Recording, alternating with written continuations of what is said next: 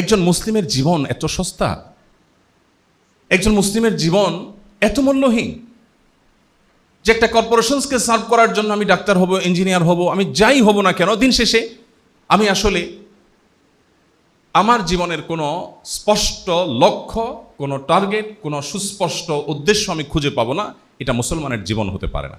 আমাদের প্রত্যেকটা কাজ হবে আমাদের আল্লাহকে সন্তুষ্ট করে জান্নাত পাওয়ার আশায়। এই পারপাসটা যদি আপনার কাছে ক্লিয়ার থাকে, পৃথিবীর প্রত্যেকটা মানুষ হতাশাগ্রস্ত হতে পারে, আপনি কখনো হতাশাগ্রস্ত হবেন না। পৃথিবীর যত উন্নত দেশ, যত উন্নত সভ্যতার সমাজ বিনির্মাণ হয়েছে, তত বেশি অসুখী হয়েছে। আর এই কথাটাই মুহাম্মদ সাল্লাল্লাহু আলাইহি ওয়াসাল্লাম বলে গেছেন, লাইসাল গিনা বিকাসরাতিল আরদ ওয়ালাকিন্নাল গিনা গিনান নাফস। অনেক সম্পদ, অনেক প্রাচুর্যে মানুষের সচ্ছলতা নিহিত নেই। অনেক প্রাচুর্যের অধিকারী হয়ে মানুষ অভাবী থাকে। ওয়ালাকিন্নাল গিনা গিনান নাফস। মানসিকভাবে যদি কেউ আল্লাহ তাআলার দানে তুষ্ট হয়ে যায় এবং তার চাহিদা যদি কমায় ফেলে এবং সে যদি ভেতর থেকে আলহামদুলিল্লাহ বলা শেখে, তাহলে তার মনের সচ্ছলতাটাই হলো তার আসল ধনাঢ্যতা বা আসল সচ্ছলতা। আমরা যাদেরকে সাকসেস বলি, এরা আসলে কেউই সাকসেস না। পরিপূর্ণ এবং চূড়ান্ত সাকসেস পৃথিবীতে কোনো মানুষ কখনোই হতে পারে না আসলে।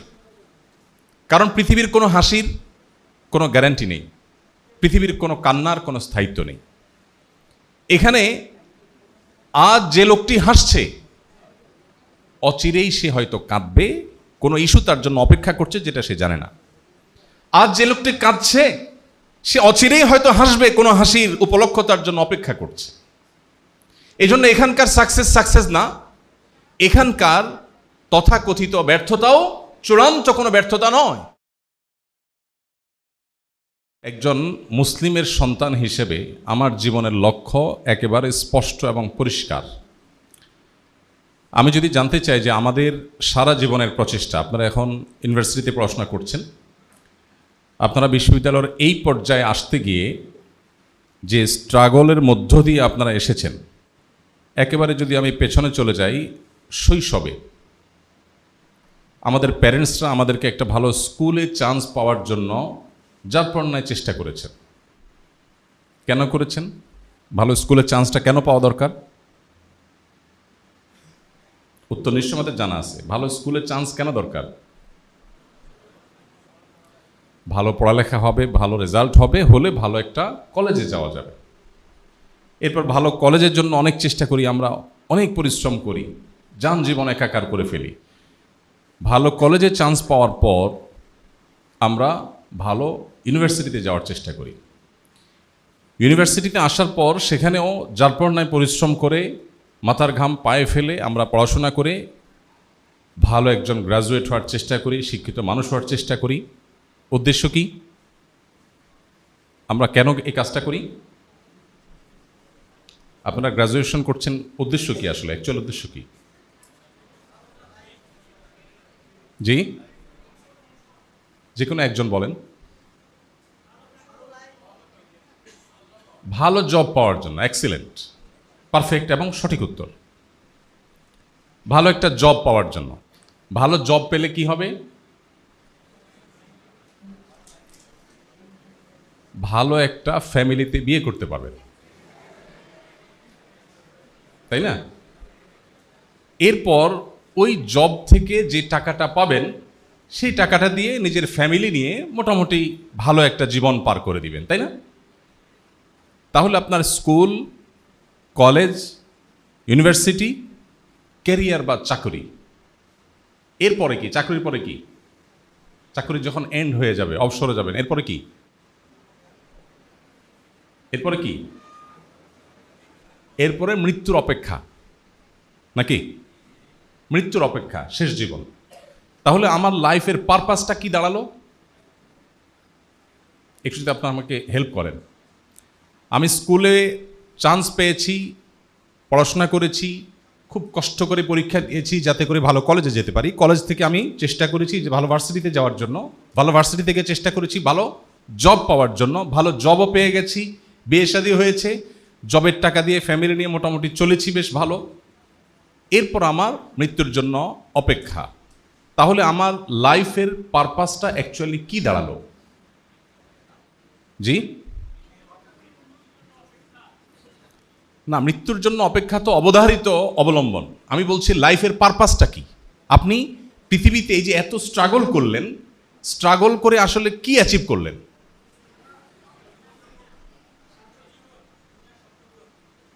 শান্তির জীবন একজনে বলছেন। সত্যিকার অর্থে বলতে গেলে, শুনতে খারাপ শোনা গেলেও, বিভিন্ন কর্পোরেশনসকে সার্ভ করার জন্য আপনার লাইফটাকে আপনি ব্যয় করেছেন।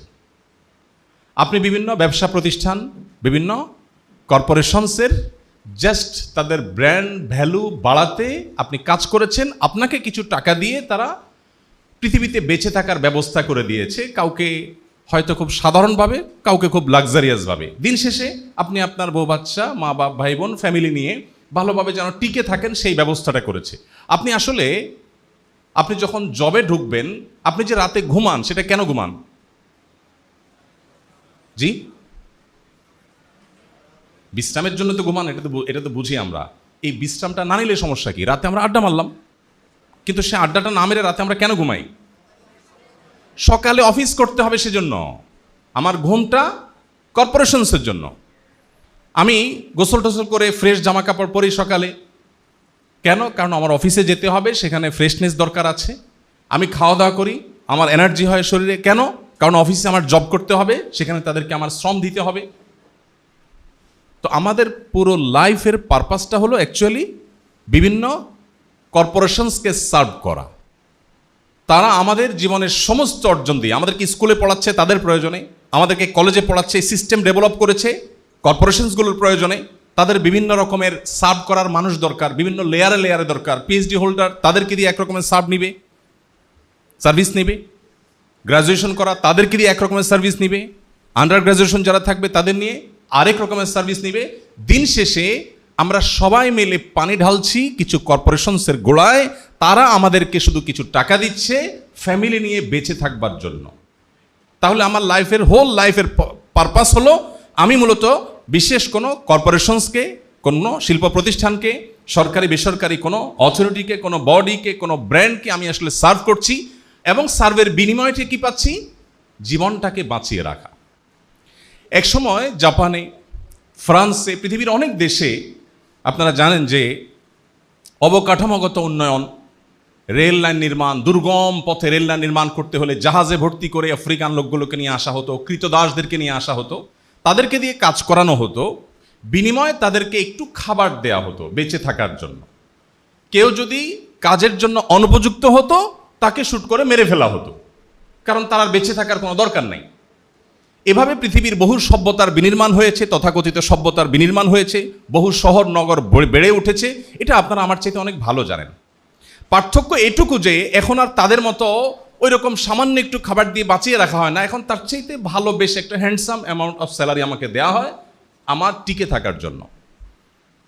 প্রিয় মুসলিম ভাই বোন আমার, একজন মুসলিমের জীবন এত সস্তা, একজন মুসলিমের জীবন এত মূল্যহীন যে একটা কর্পোরেশনসকে সার্ভ করার জন্য আমি ডাক্তার হব, ইঞ্জিনিয়ার হব, আমি যাই হব না কেন, দিন শেষে আমি আসলে আমার জীবনের কোনো স্পষ্ট লক্ষ্য, কোনো টার্গেট, কোনো সুস্পষ্ট উদ্দেশ্য আমি খুঁজে পাবো না। এটা মুসলমানের জীবন হতে পারে না। মুহাম্মদ সাল্লাল্লাহু আলাইহি ওয়াসাল্লাম আজকের আমাদের জীবনে যে আমাদের আইডেন্টিটি ক্রাইসিস, আমাদের লাইফের পারপাস নির্বাচন করবার যে ক্রাইসিস আছে, এটি বহু আগে দূর করেছেন। তিনি বলেছেন, তার প্রতি যে ওহী এসেছে আল্লাহ তাআলা, সে ওহীতে, কোরআনে হাকিমে আল্লাহ বলেছেন, আল্লাহ তাআলা মানুষকে সৃষ্টি করেছেন কেন? শুধুমাত্র আল্লাহর ইবাদতের জন্য। ওয়ামা খালাকতুল জিন্না ওয়াল ইনসা ইল্লা লিয়াবুদুন। আল্লাহ বলেছেন, আফা হাসিবতুম আন্নামা খালাকনাকুম আবাসা ওয়া আন্নাকুম ইলাইনা লা তুরজাউন।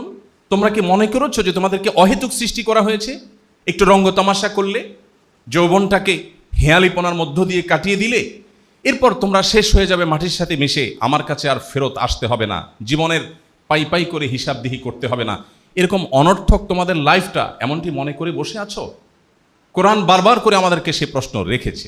সময়ত ভাই, মুহাম্মদ সাল্লাল্লাহু আলাইহি সাল্লামের সিরাতের গুরুত্বপূর্ণ পাঠ হলো মানব জাতিকে তিনি জীবনের উদ্দেশ্য, জীবনের লক্ষ্য, লাইফের পারপাস খুঁজে পেতে তিনি স্পষ্ট দিক এবং নির্দেশনা দিয়েছেন।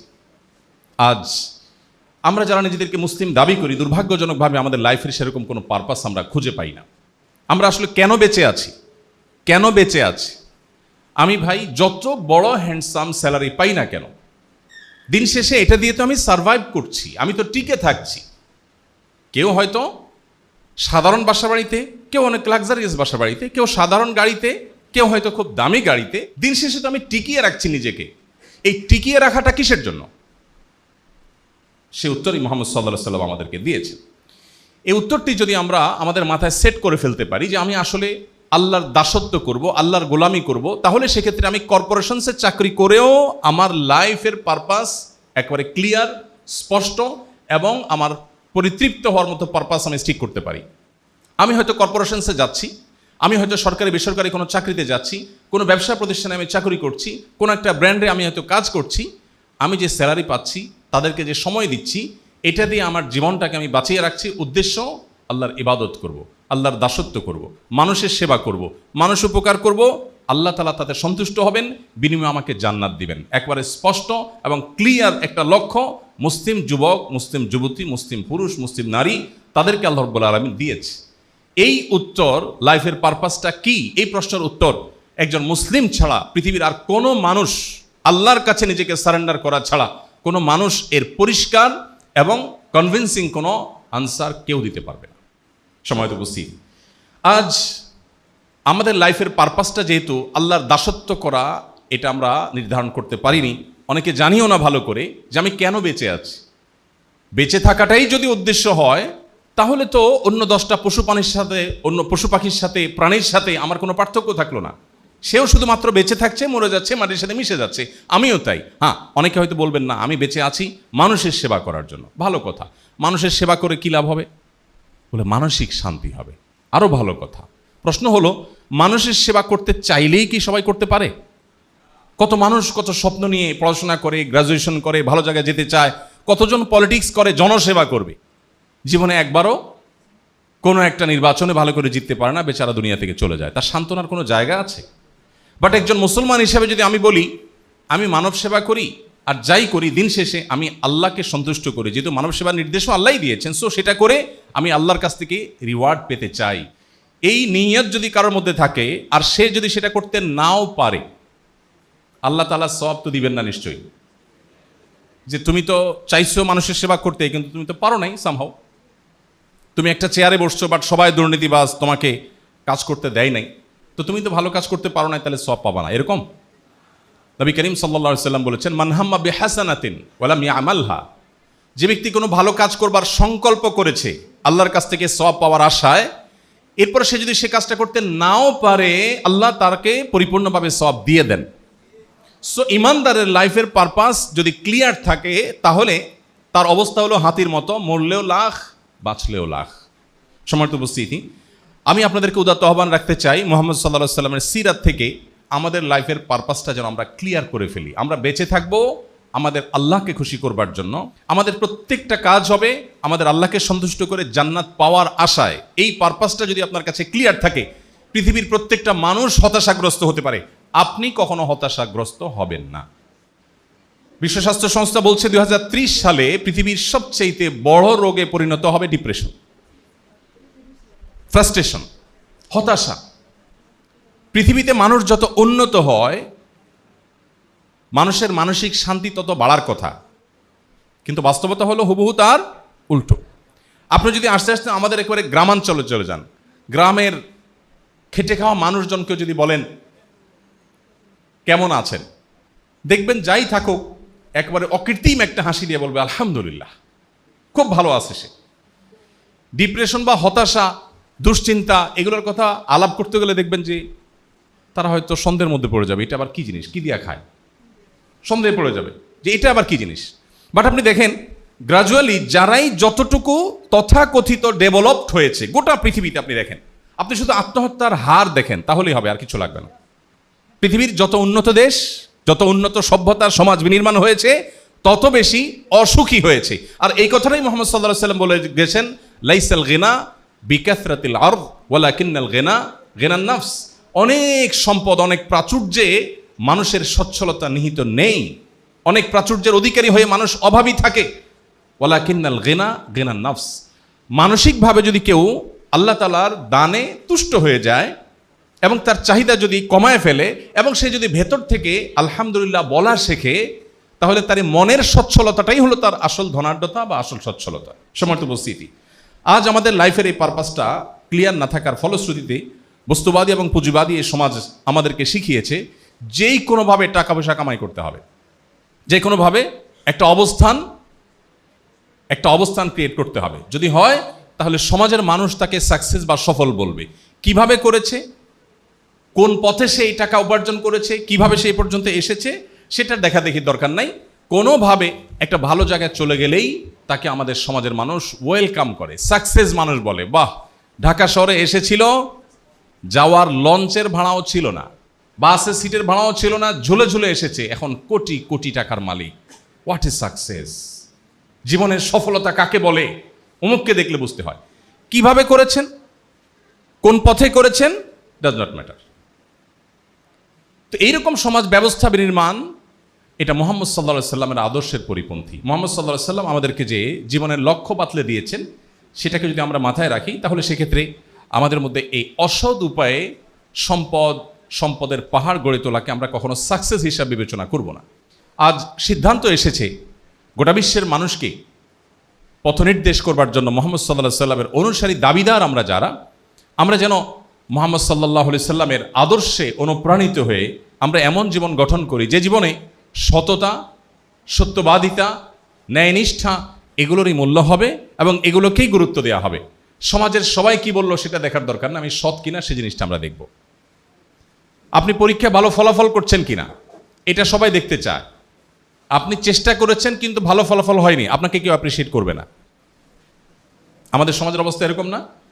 আরেকজন পরীক্ষায় ভালো ফলাফল করেছেন, নকল করে করেছেন কিনা, তার বাবা মা খোদ নকলের সেট টাকা দিয়ে কিনে এনেছেন কিনা, এটা কেউ বিবেচনায় আনবে না। আপনি অনেক কিছু করতে পারেন না, আপনার সাথে একসাথে পড়াশোনা করে অনেক কিছু করে ফেলেছে, আপনার বাবা মাও খোঁচা দিয়ে বলবে একসাথে পড়াশোনা করেছিস, ও কোথায় গেছে আর তুই কোথায় দাঁড়িয়ে আছিস। সে কি পথে উপার্জন করেছে সেটা কেউ বিবেচনায় আনবে না। এই ক্রাইসিসটা দূর করার জন্য আপনাদেরকে উদ্যোগ নিতে হবে এবং মুহাম্মদ সাল্লাল্লাহু আলাইহি সাল্লামের উম্মতের সদস্য হিসাবে, একজন তরুণ হিসাবে নিজে একজন আদর্শ মুসলিম হওয়া এবং সেই সাথে অন্যদেরকে জীবনের পারপাস খুঁজে পেতে আপনাকে আমাকে গাইড করতে হবে। আল্লাহ আমাদের সবাইকে সেই তৌফিক দান করুন। সম্মানিত উপস্থিতি, আল্লাহ তাআলা কোরআনে কারিমে বলেছেন, ফামান যুহজিহা আনিন নারি ওয়া উদখিলাল জান্নাতা ফাকাদ ফাজ। আমরা যাদেরকে সাকসেস বলি এরা আসলে কেউই সাকসেস না। পরিপূর্ণ এবং চূড়ান্ত সাকসেস পৃথিবীতে কোনো মানুষ কখনোই হতে পারে না আসলে। কারণ পৃথিবীর কোনো হাসির কোনো গ্যারান্টি নেই, পৃথিবীর কোনো কান্নার কোনো স্থায়িত্ব নেই। এখানে আজ যে লোকটি হাসছে অচিরেই সে হয়তো কাঁদবে, কোনো ইস্যু তার জন্য অপেক্ষা করছে যেটা সে জানে না। আজ যে লোকটি কাঁদছে সে অচিরেই হয়তো হাসবে, কোনো হাসির উপলক্ষ তার জন্য অপেক্ষা করছে। এই জন্য এখানকার সাকসেস না, এখানকার তথাকথিত ব্যর্থতাও চূড়ান্ত কোনো ব্যর্থতা নয়।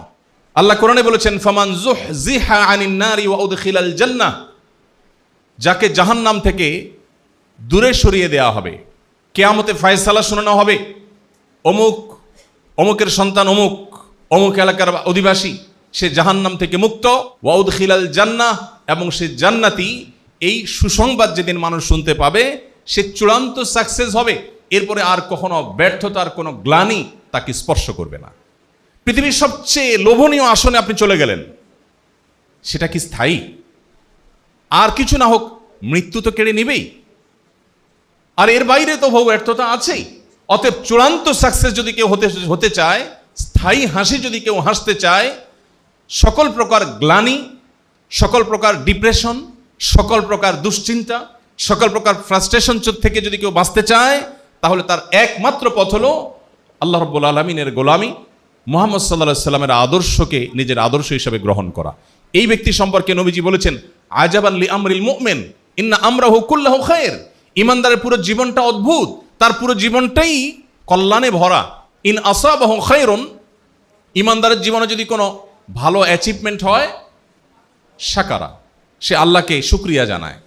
অ্যাচিভমেন্টও হলো, আবার এদিকে আল্লাহকে শুকরিয়া জানানোর ফলে তার আমল নামাতে আখিরাতের স্থায়ী পার্মানেন্ট অ্যাকাউন্টে বিনিময় লিখে দেওয়া হলো।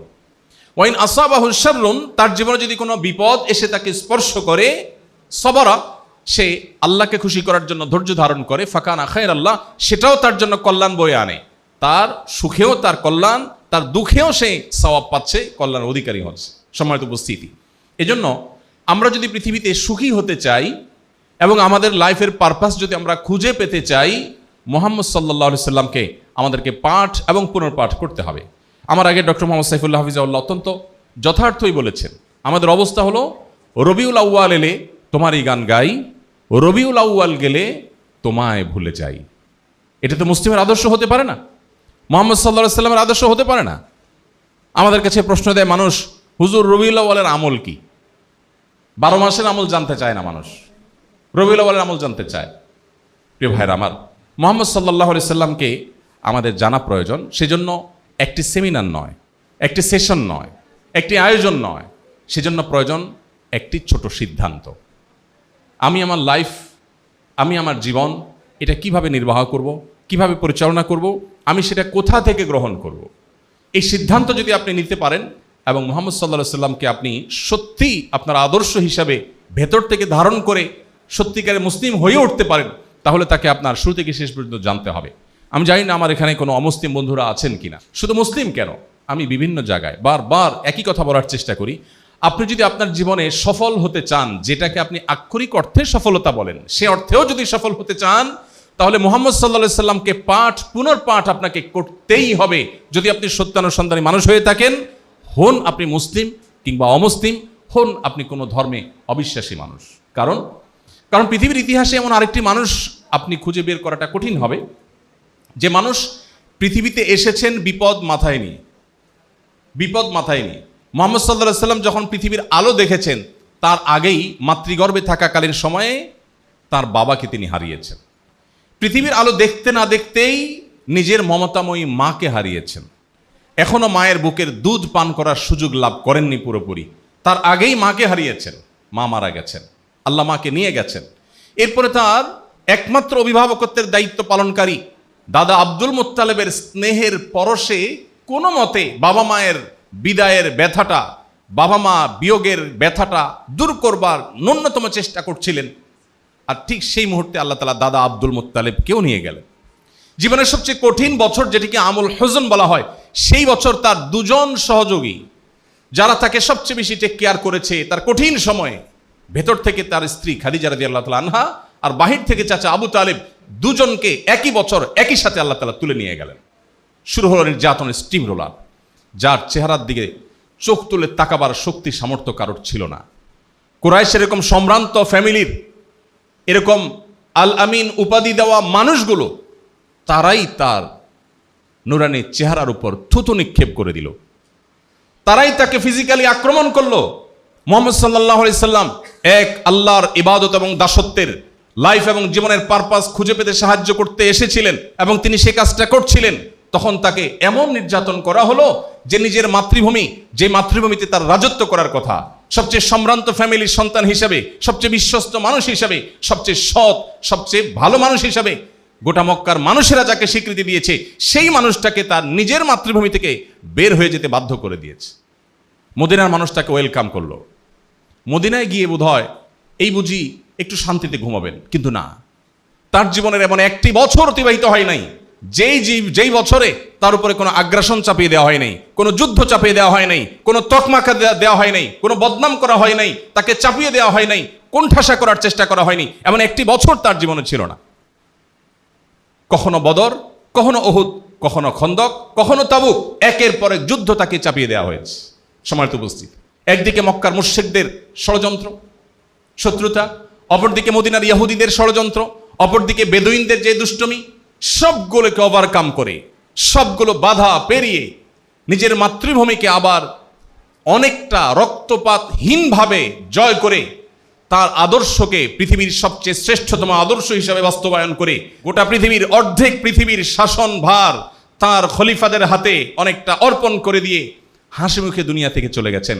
একটা মানুষের জীবনে যখন এত বাধা থাকে, এত চ্যালেঞ্জ থাকে, এত কষ্ট থাকে, এত স্ট্রাগল থাকে, সেই মানুষের বেঁচে থাকাটাই তো অনেক বেশি সেখানে শুধু বেঁচেই থাকেননি, মদিনা হিজরতের পরে মাত্র 10 বছর সময় পেয়েছেন। 10 বছরে কিন্তু বদর মোকাবেলা করতে হয়েছে, উহুদ মোকাবেলা করতে হয়েছে, খন্দক মোকাবেলা করতে হয়েছে, তাবুক মোকাবেলা করতে হয়েছে, আরো বহু যুদ্ধ তাকে মোকাবেলা করতে হয়েছে। এত কিছুর পরও এই সময়ের মধ্যেই তার আদর্শকে, শুধু বেঁচে থাকেননি, তার আদর্শকে পৃথিবীতে সবচেয়ে বলিষ্ঠভাবে প্রতিষ্ঠা করে তারপর দুনিয়া থেকে চলে গেছেন। আজও পৃথিবীতে মুহাম্মদ নামে যত মানুষ আছে, পৃথিবীতে আরেকটা নাম গোটা বিশ্ব জুড়ে নেই যার নামকরণের সংখ্যা মুহাম্মদের চাইতে বেশি আছে। এখন মানুষ অনেক পপুলার হয়, মিলিয়ন মিলিয়ন ফলোয়ার হয়, বিলিয়ন বিলিয়ন হয়তো তাদের শুভাকাঙ্ক্ষী পৃথিবীতে দাঁড়িয়ে যায়, কিন্তু 10 বছর, 20 বছর, 30 বছর, 40 বছর একটা সময় হারিয়ে যায়। কিন্তু মুহাম্মদ সাল্লাল্লাহু আলাইহি সাল্লাম 1500 বছর আগে পৃথিবী থেকে চলে যাওয়া একটা মানুষ, এখনো পৃথিবীর কোন প্রান্ত থেকে তাকে একটা কটু কথা বললে লক্ষ লক্ষ নয় কোটি কোটি হৃদয়ে রক্তক্ষরণ হয়।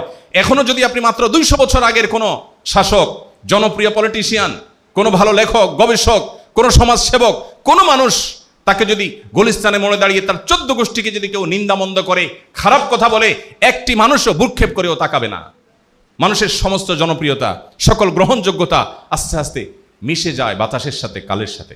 কিন্তু মুহাম্মদ সাল্লাল্লাহু আলাইহি সাল্লামকে আল্লাহ তাআলা এমন একটা জায়গা নিয়ে গেছেন, আল্লাহ কোরআনে বলেছেন, ওয়া রাফা'না লাকা যিকরাক, আপনার আলোচনাকে আমি সমুন্নত করে দিয়েছি। এমন পর্যায়ে নিয়ে গেছেন আল্লাহ রাব্বুল আলামিন, কিয়ামত পর্যন্ত যদি একটি মানুষের আলোচনা পৃথিবীতে থাকে তার নাম মুহাম্মদ সাল্লাল্লাহু আলাইহি সাল্লাম। আপনি যদি সাকসেস হতে চান, আপনি তার লাইফ হিস্ট্রি পড়তে হবে। আপনি যদি সফল হতে চান, এত বাধার পাহাড় ডিঙ্গিয়ে কিভাবে মানুষ সফল হয়, কিভাবে সম্ভব? শুধু সফল হয়েছেন, সিরাতের কোনো বইয়ে আপনি দেখতে পাবেন না যে কোনো সাহাবী এসে নবীজিকে বলেছেন, ইয়া রাসূলুল্লাহ একটা কথা বলবো, আর তিনি বলেছেন, শরত এখন আমার এখন অনেক টেনশন, সামনে যুদ্ধ। কখনো মুখ কালো করেছেন কারোর সাথে, কখনো তাকে কেউ দুশ্চিন্তাগ্রস্ত দেখেছে। একটি জাল ভিত্তিহীন অমুসলিমদের, মুসলমানদের শত্রুদের লেখা কোনো সিরাত গ্রন্থে এরকম কোনো গল্প আপনি বের করতে পারবেন না। সম্মানিত উপস্থিতি, এই জন্য আমাদেরকে সিরাত জানতে হবে। আমি আপনাদেরকে উদাত্ত আহ্বান করি, প্রত্যেকটা জায়গায় আমি আহ্বান করার চেষ্টা করি। আসসালাম ইউনিভার্সিটিতে গত 2 দিন আগে প্রোগ্রাম ছিল, আমি উদাত্ত আহ্বান করে এসেছি, প্লিজ জীবনে একটি বারের জন্য হলেও পুরা কোরআনে কারীম শুরু থেকে শেষ পর্যন্ত ভালো করে বুঝে একবার পড়বেন। মুহাম্মদ সাল্লাল্লাহু আলাইহি সাল্লামের যে কোনো একটা অথেন্টিক জীবনী গ্রন্থ শুরু থেকে শেষ পর্যন্ত একবারের জন্য পড়বেন। আমি আপনাকে আল্লাহর উপরে ভরসা রেখে এই নিশ্চয়তা দিতে পারি, আপনি যদি এই কাজটি করেন, আপনি আপনার লাইফের শুধু পারপাস খুঁজে পাবেন তা নয়, আপনার লাইফের পরিষ্কার একটা ডিরেকশন আপনি পাবেন, যেটা আপনাকে প্রশান্ত করবে, পরিতৃপ্ত করবে।